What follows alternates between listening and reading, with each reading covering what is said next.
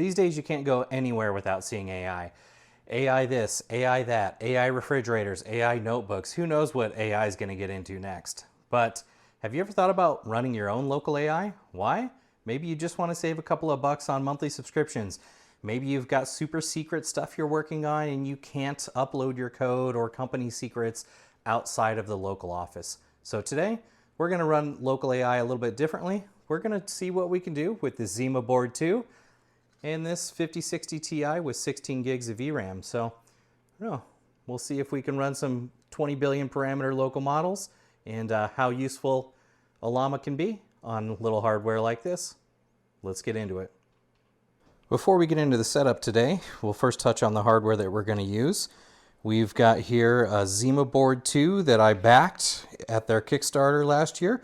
It is a small single board computer, comes with two 2.5 gigabit Ethernet ports up at the top, two USB 3.1 ports at the bottom, display port out that supports 4K at 60 Hertz, a PCI 3.0 by 4 physical slots on the top, two SATA 6 gigabit ports on the other side, and I've got it connected here to a 1 terabyte SATA SSD for our operating system load. Internally, the CPU that runs this is a 4-core, 4-thread Intel N150. This particular model has 16 gigabytes of LPDDR5 RAM, and it also comes with 64 gigabyte eMMC inside of it. This will ship from Zima with a version of Zima OS already on it. But today we're going to flash this SSD with a version as well, just to give us a little bit more room for models. We've got a RTX 5060 Ti with 16 gigabytes of VRAM that we're going to use to slot into our eGPU today. The eGPU assembly itself, sent to us from our friends over at Zima. This one's OStar branded. We've got an OCuLink port here. On the back, we've got an 800 watt server grade power supply. Up at the top, a physical by 16 slot and by 16 width PCI 4. And 3 PCIe power ports. This eGPU dock came with everything necessary to get up and running. 3 power cables, an OCuLink cable itself, and last but not least, an OCuLink PCIe Express card. This one has the adapter taken off to fit onto the ZimaBoard 2, but it did come with the adapter as well. Okay, so we've got our ZimaBoard all set up, and it only took just a couple of minutes to get everything going. Ignore my wiry mess back there. We've got our OCuLink card slotted into the top PCIe slots. We're connected to network, and of course we've got our eGPU dock all set up with our GeForce RTX 5060 riding on top. Current power draw, we're about 32, almost 33 watts out of the wall. All right, we've got Zima OS running on our ZimaBoard 2. We just need to head to our IP address, and then what we'll do is we'll generate our local user account. And now we're into Zima OS. Really cool operating system here. Makes it super simple to run any kind of local containers that are all available in the App Store here. We've got some system widgets on the left-hand side. But first, what we need to do before we're able to use our 5060 Ti is that we don't see it on the left-hand side in these widgets. And on Zima OS, when you've got a GPU installed, it shows over here on the left-hand side. And the reason for that being is that we are using a 50 series GPU, which doesn't have the Linux drivers baked into Zima OS yet, so we just need to install them. If we were using a 10 series all the way up to the 40 series, they would show up right away on the left-hand side since the drivers are already baked into the kernel. So to first do that, we head on over here to Settings, scroll down here to toggle on, we scroll down to Developer Mode, turn on SSH access, then we're going to go to the web terminal. We're just going to log in with that user and password that we just generated for our local access. All right, so we just entered in sudo-i, and we're going to follow this little tutorial that I'll link in the video description here, but we just need to enter in a couple of commands to get those drivers installed. All right, great news here. We've got our GPU showing here on the left-hand side. And now what we can do is our next steps, we're gonna track down the two containers that we need to install. The first one being Ollama. So we're just here in the App Store. We're gonna choose this one that says Llama NVIDIA GPU. And before we click on install, we're gonna wanna do a custom install. And up here in the top right-hand side under tag, let's go latest and then install. We'll continue in the background. We'll go back to the App Store and we'll download OpenWeb UI.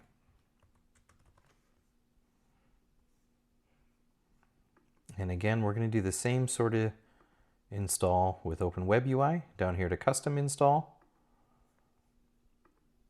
And then again, latest.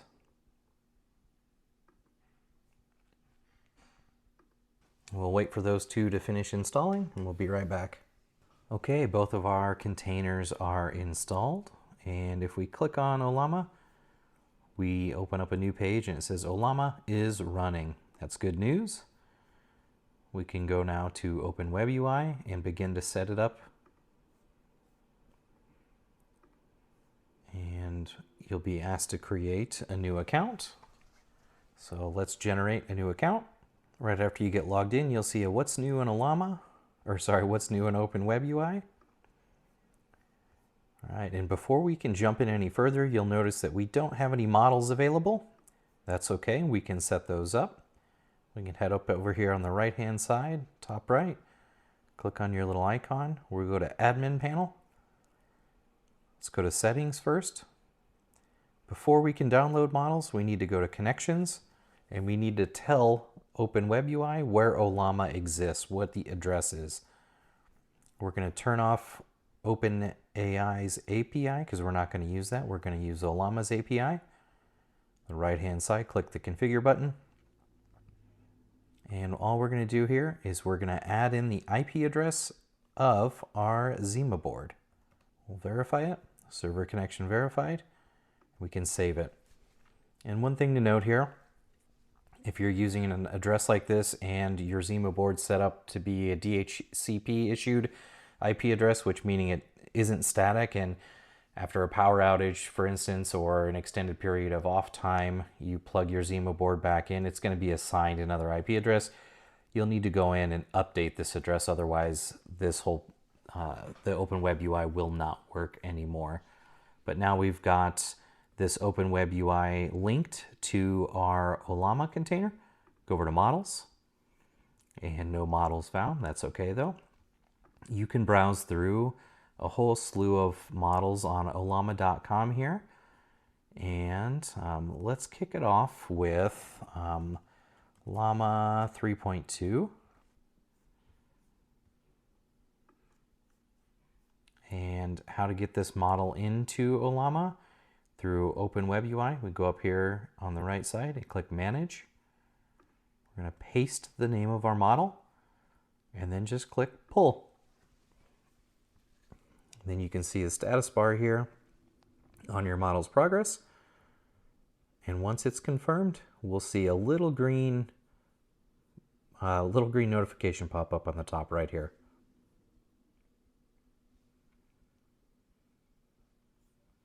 Awesome. So Ollama 3.2, 3 billion has been downloaded. And I'm going to go ahead and load up several other models, and we'll be right back.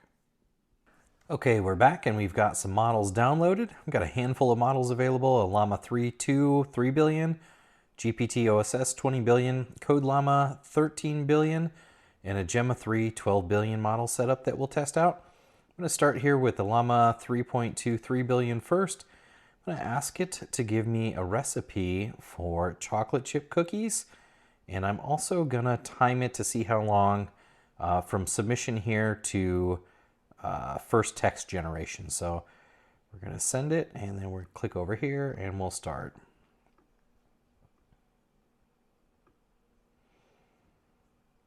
It's the challenge with some of these models and the size and the hardware that they're running on, specifically the SATA SSD that these models are saved on, takes a little bit of time to transfer that model into memory.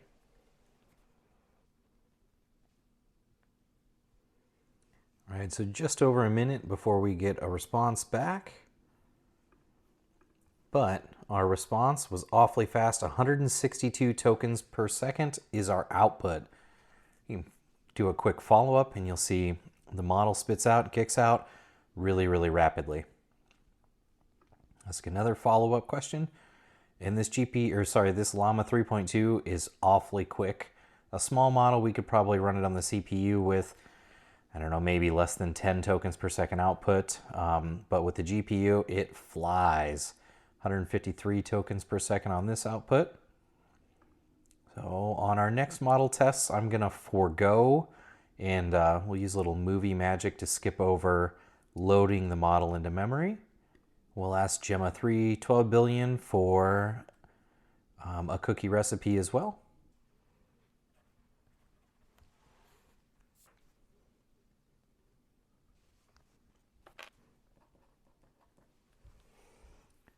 All right, Gemma 3 12 billion, 45 tokens per second. And this one only took about 33 seconds to load into memory before we got that very first response. Send a quick follow-up question, see what kind of tokens we get out of it again. All right, and again, 44 tokens per second. Not bad at all. Let's move on to our next model. Let's do a little Codellama. And we're going to ask Codellama for an example schema in SQL for a pet store.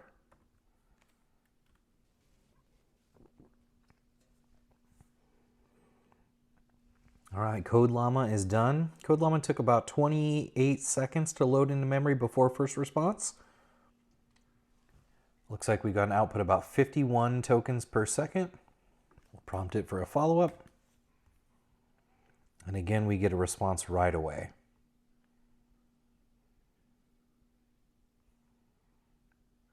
$49 tokens per second, not bad at all. The last model that we'll test today, we'll go big with gpt-oss 20 billion parameter model. And this model tends to be really, really performant.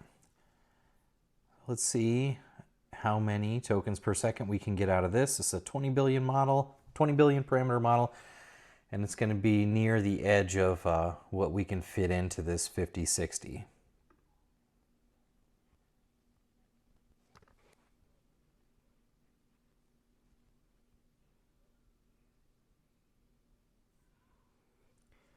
All right, GPT-oss is done running. Looks like we've got an output of around 84 tokens per second. You'll notice our CPU usage is hovering right around 32%. Our GPU usage, it says we're at 79% of VRAM, pulling about 114 watts from the wall, which is really, really close because from the plug, while this generates text, we're about 117 from the wall. So really, really performant here for GPT-oss 20 billion. We send a follow-up prompt. An initial prompt time to output was 1 minute and 21 seconds before we started responding. So cold start time a little longer on GPT-oss. It's a bigger model though. 77, almost 78 tokens per second here on GPT-oss when we prompt a second time. Wonderful performance here. Really amazing that this little single board computer can do this. Absolutely mind-blowing. To add some additional context in terms of performance for the ZimaBoard and our eGPU dock, I took the time and ran some of the very same models on different hardware. Let's check out some of those results. Here you can see our 3 test platforms. Our first in the blue being our ZimaBoard.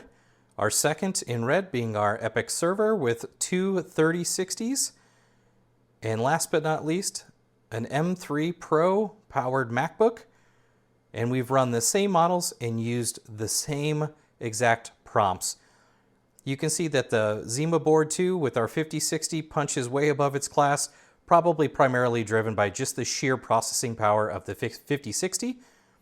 Our dual 3060 server wasn't far behind in terms of tokens per second output, within our Llama 3.2 model where it performed all right.